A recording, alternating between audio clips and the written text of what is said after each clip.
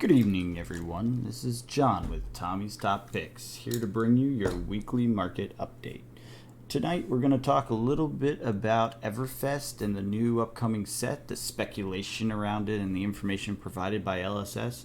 And then we'll dive into what's happened in the market since Arcane Rising out of print and talk about the various cards. But lots of fun things to chat about tonight, so let's go ahead and get started. Step right up, step right up. The greatest show in Wrath is coming to town near you. So Everfest is apparently a supplemental set. We kind of knew that was going to happen after Crew and the whole three set cycle or set block, if you will. But they have announced it officially. It is coming, and there's a couple of interesting spicy bits. The first that I find the most interesting is a Carnival Slot within each booster pack. They describe it as finding fun, fame, good fortune, or perhaps taking center stage and becoming star of the show. No idea what that means for certain, but it's been speculated that maybe there's a golden ticket, and if you find it, you're able to become one of the heroes in the next set. Who knows? I like the idea. I like the speculation. So far as we've seen at least, the art and the style is beautiful. It's a carnival ticket packet. Very cool looking. And then it has a piece of art that's in the article itself that is very Tales of Aria-like, and you know I love the way that looks. So it's a festival in Tales of Aria space in that area, and very exciting information and things to speculate about. They claim it's a world first. They will be doing a paper flow wrap, which is the packaging on the individual boosters instead of that, aluminum foil or foil-like material that they use currently. Better for the environment, obviously. Scares me as a collector just a little bit. I am a little worried that what happens is the packs don't hold up over time, and then I, as an investor that has it sitting on a shelf for several years, end up taking the hit because essentially the packs don't hold up, they get damaged, and everyone finds out about it over time, and thus the speculation for future value goes down instead of up because everyone knows 3 years from now these things are just going to fall apart. We'll see, though, and I'll take that hit if it comes because there's no way in hell that I am not collecting this. I will be buying at least a case for myself to open, and I will share that with you all. And then I will also be putting at least a case on my shelf. Maybe more. I have a few thoughts that it might be possible this is like Crew, where there's a very limited amount of it produced, similar to the Crew set. Originally was supposed to just be one wave or one big printing and then no unlimited version of it. Now, I don't know if they'll do unlimited of this or not. That I wouldn't go that far to speculate they won't do unlimited. I think that's pretty obvious that there's demand for these sorts of things and people will want that. But I do speculate that it will be a very set print run, and they might even announce exactly, like they did with Crew, when the waves are coming and the timing to expect it. If that's the case, if that is what happens, then this set will be valuable quickly. Just like Crew went out of print early, this set will go out of print, faster than a typical set or a larger set, and that means the value will go up faster. So I'm very interested in speculating on this and grabbing a bunch of it. And frankly, I just want to grab a bunch of it for myself to play with because I suspect there will be some very cool stuff there. So let's jump into the numbers about this set and what we can expect. So if you do some math based on the reveal, the first reveal, which was the Arcane Skullcap card, its card number was 154. It said EVR 154 if you look at the bottom of it when they said that reprints are coming. This was an article a little while ago. It's basically our first teaser of this set. Well, we know for a fact there are 198 cards in the set, 1 Fabled, 3 Legendary, of which Arcane Skullcap is 1, 45 Majestic, 61 Rares, and 88 Commons. Now, Arcane Skullcap is a generic item, right? That's one of the reasons it's so freaking useful. And we know that historically, sets have generics at the back of the set.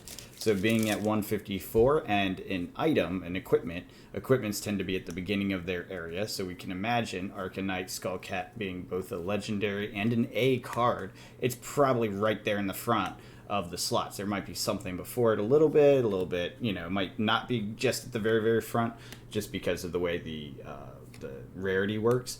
but it's somewhere close to the front of the generic section. So if 154 is the beginning of generics, then we know there's 44 generics in the set, give or take, again, because there might be some before it.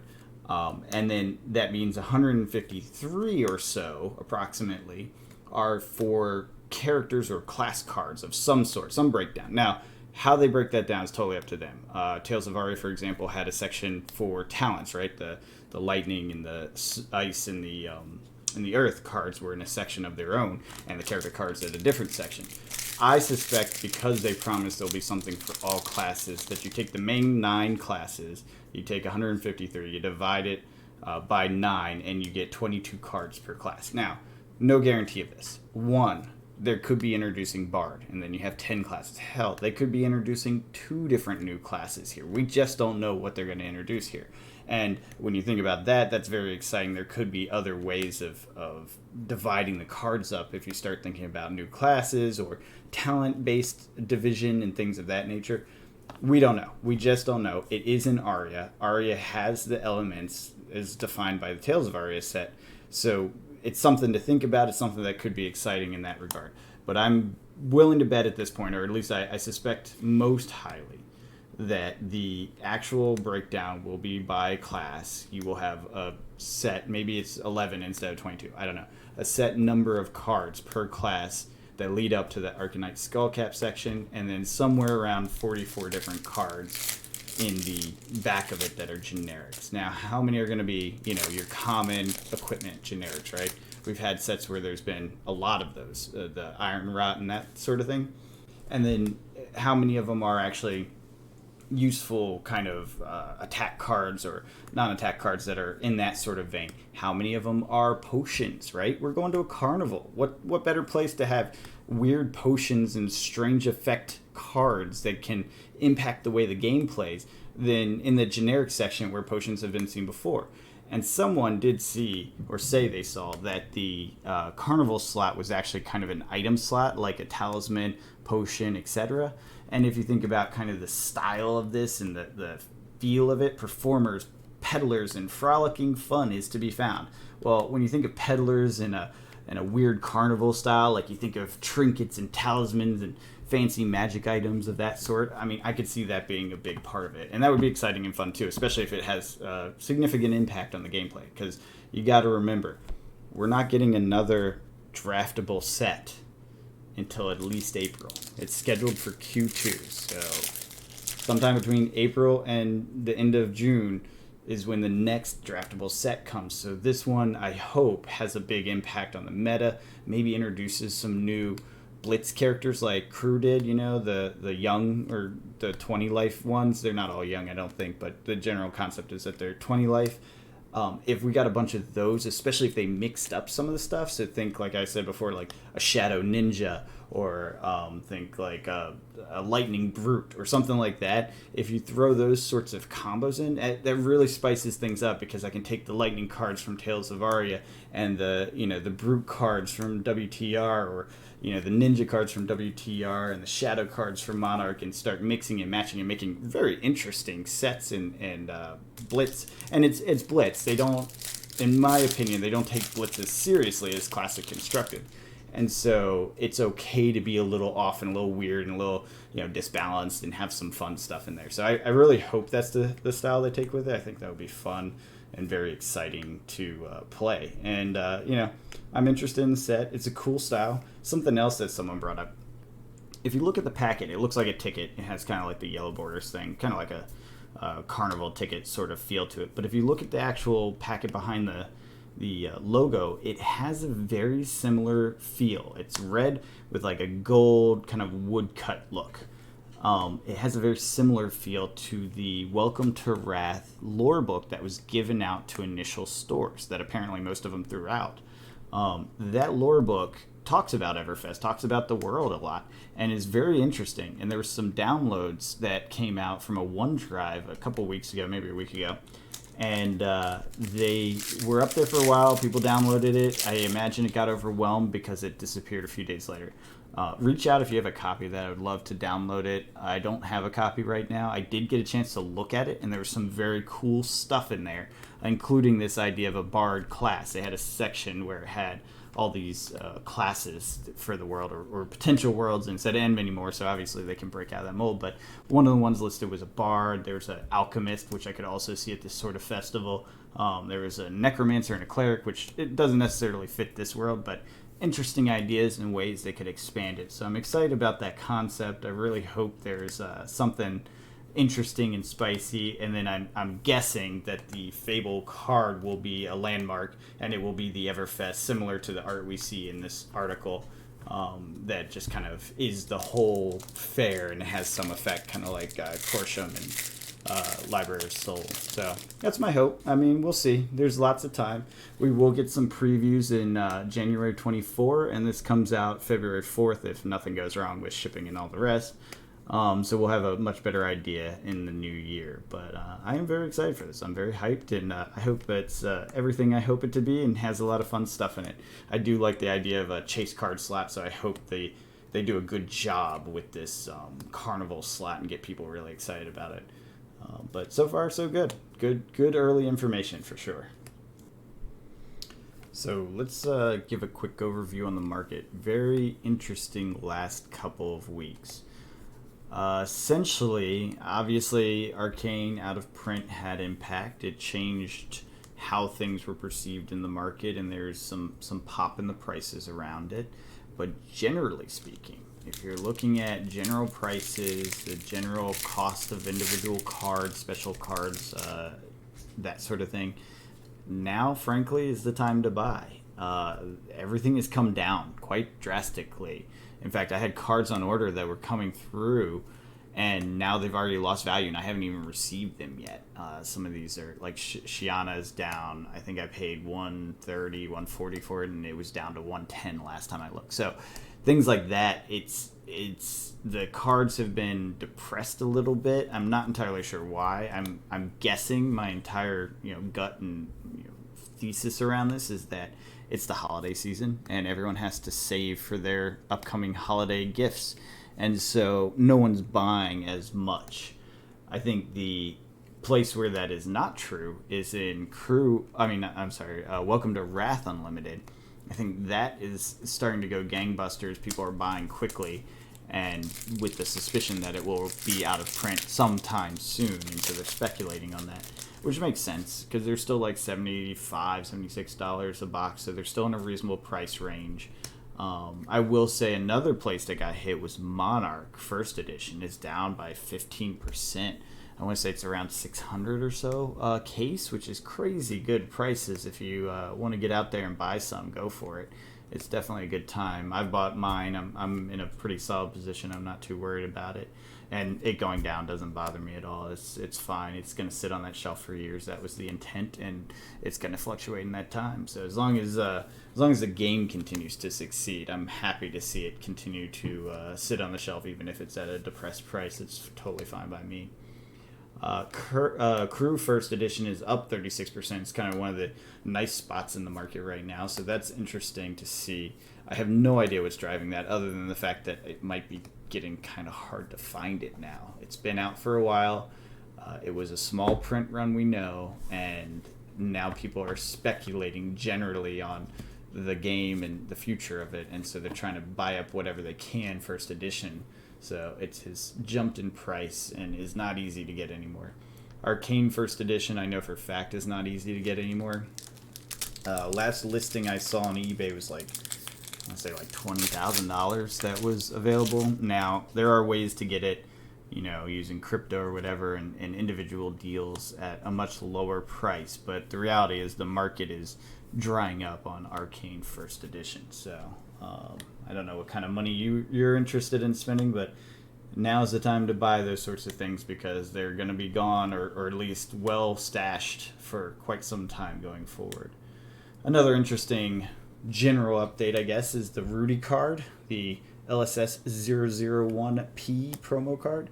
is down to $750 for the kit, and that includes those art pieces, which are really cool, and the little story bits that are on the back. I mean, I really like them personally, but $750 for that whole kit when it was selling for $1,000. So you're talking a 25% decrease from the original price, and I think about a 63% decrease from its local high last couple of weeks.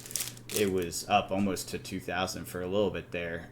Now, not so much. Under 1,000 for the whole set, not just the card. And some people were, oh, that's just the card. No. I've seen the actual kit sell for around 750, maybe 740. I forget the exact price, but somewhere in that range. So it has gone down. It's expected. He basically made it lose its value. It's just the list of people at this point that were purchasers that get the benefit, not the card holder. So the card itself is becoming less valuable in the sense of the further uses, the discount and that sort of thing. I still think it's valuable because it's a freaking Rudy card and he's going to retire someday, and it's also LSS 001 promo card. Like, that's a pretty important number to have. I don't know. That's the way I look at it. I'm happy to have it. Like I said, when I bought it, I'm not selling it to anyone. You have to pry that out of my cold, dead hands. It will be 10 years before I sell it, and it will be a much higher price when I do that. So I'm not too worried about it. Again, it sits on the shelf. I personally love it. I have one of mine displayed, and with all my other weird Rudy promo stuff that I have, and I think it's just a funny little thing to have on my shelf. Magic the Gathering is generally flat right now. So just as a kind of broader look at the market, there's not a lot going on there. Not much is going up, not much is going down. Honestly and hilariously, Gatecrash, which is one of the, I guess, more boring sets in the history of Magic, has not increased in price in a long time. I think it's I want to say 115. It might be wrong. It might be 120, something like that, a box. It actually is one of the only Magic sets that ticked up recently of any amount. Now, granted, it's not a lot, right? It's kind of going along with the other sets that ticked up at all. So it's a few points, but it's kind of funny that Gatecrash. When I saw that, I was shocked because I keep price tracks every couple of weeks, and that one's always the same. Everything else has changed in the time I've been tracking, but that one's always the same. And it wasn't this time. I was like, what? And most of the other stuff was flat, so it didn't really move. So it was an interesting thing to see that one finally got a few bucks added to its price. We'll see if it holds up. Watch, next week it'll be back down to that price it's been sitting at forever. So no worries there, though. It's all in good fun and how the markets go. So that's that on the general market update. We can let's dig into some of the more detailed stuff.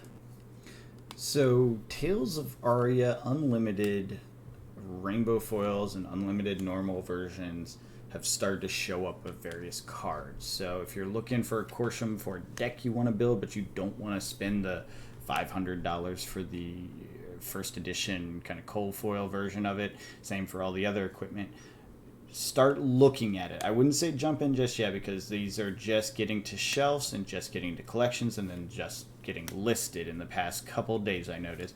But they are hitting for just about everything. So for example, Rampart of the Ram's Head, the shield, the Guardian Shield, it was $200 was kind of the minimum price you could find it for. Well, guess what?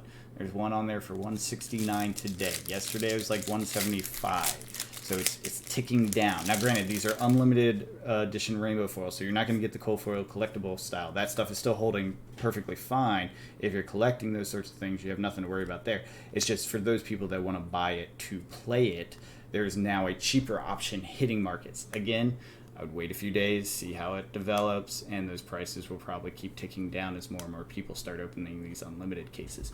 I mean, I know from my local LGS, today was the first possible day to do a sealed event on unlimited products. So this is the first time people are getting access to some of these cards here in the States. Obviously, different supply chains, different areas have it maybe a little bit earlier, which might be why some of them were up here earlier. But you're starting to see it. So it's very useful for anyone that wants these cards specifically to play with and aren't really worried about the collectability stuff. Tales of Aria is now hitting that point. So you can get your Shock Charmers or your Crown of Seeds for a little cheaper than before. Not half as much, not as low as some of the other sets. Again, these are still rare. If you wait 2 weeks, I'm willing to bet $100 that in 2 weeks, most of these legendary type items will be down way lower than a 25% decrease from the pre-unlimited release cold foil time and price, right? So I think at that point we hit a peak, and now we'll see an unlimited drop that will decrease the price, ticking it down for a couple weeks before we hit a bottom. Probably, this is a guess based on Louis from Kitchen Table TCG's numbers and charts.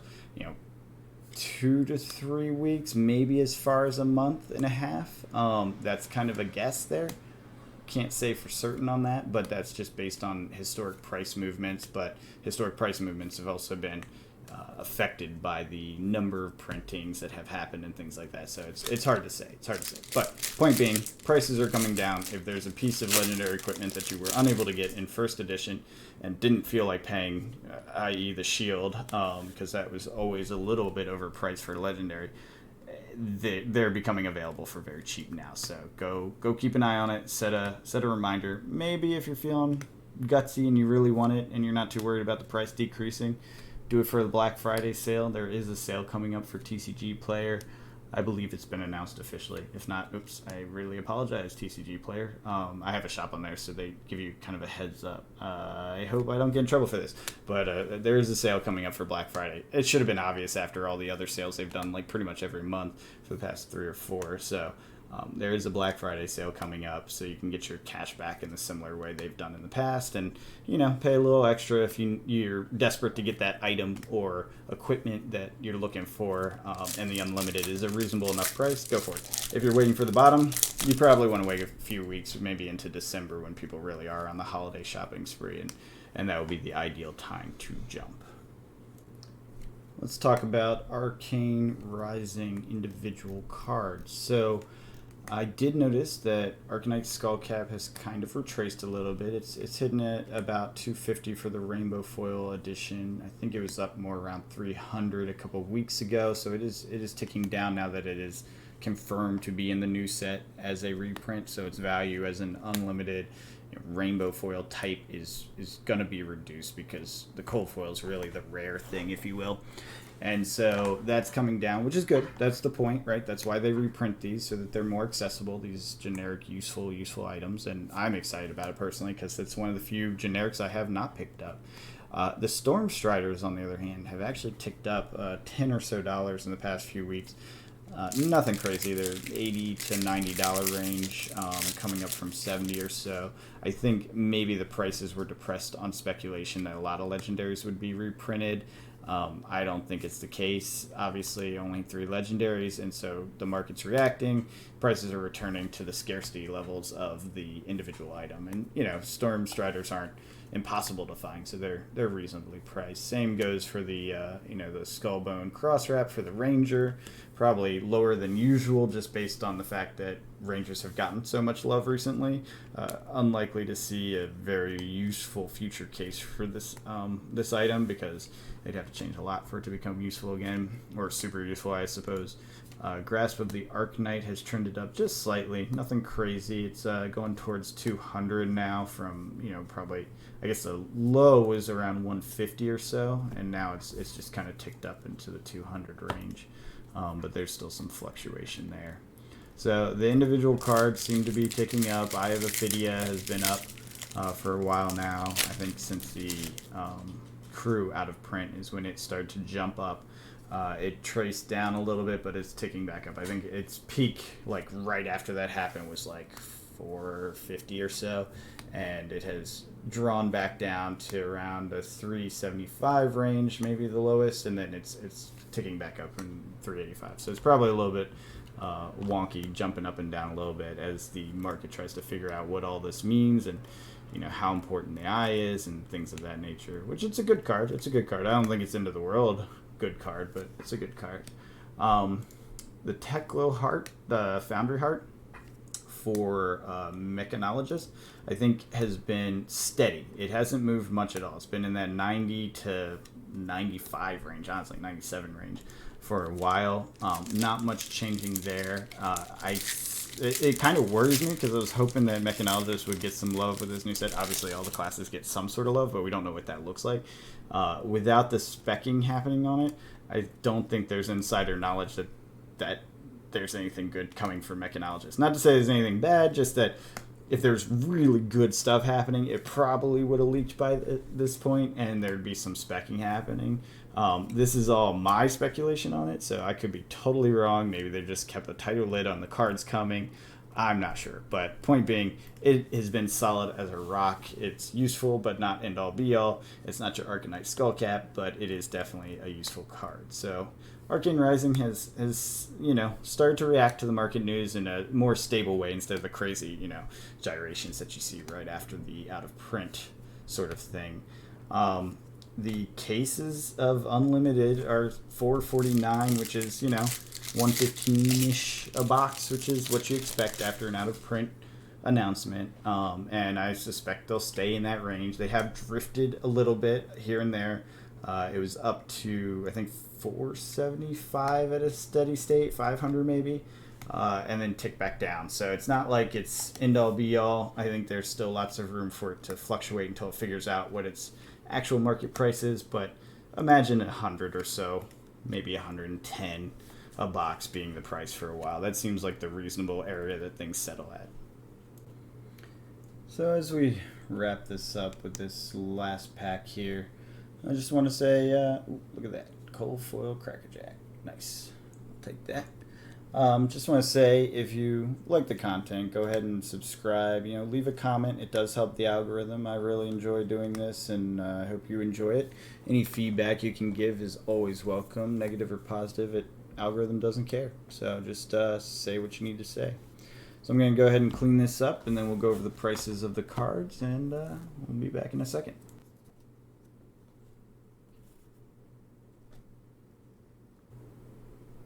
Alright, welcome back. So we hit a few things that were nice today. Blossoming Spellblades, $1. The same thing in Rainbow Foils, $2.99, not bad. Channel Mount Heroic at $2. Channel the Thunder Steeps Rare Foil at $3, and the same thing non-foil is $1. Ragamuffin Hatton Cold Foil, very enjoying this card, $12.49, the big hit. Blink, $1.42. Frost Fang in foil is $1, and Sting of Sorcery $9.25, not bad at all. And then Pulse of Candlehold $6.59, and finally that Crackerjack Cold Foil $8.99. So the Cold Foils and Sting of Sorcery were the primary hits, totaling $44.73. Not the best box I've ever had, but hey, I like it. I want the cards, as always. I wouldn't open it if I didn't want the cards. I have a shelf for the things that belong on the shelf. So, I hope you guys enjoyed the content. Like I said, leave a comment, push the like button, subscribe if you can, and other than that, I hope you have a great one. I'll talk to you next time.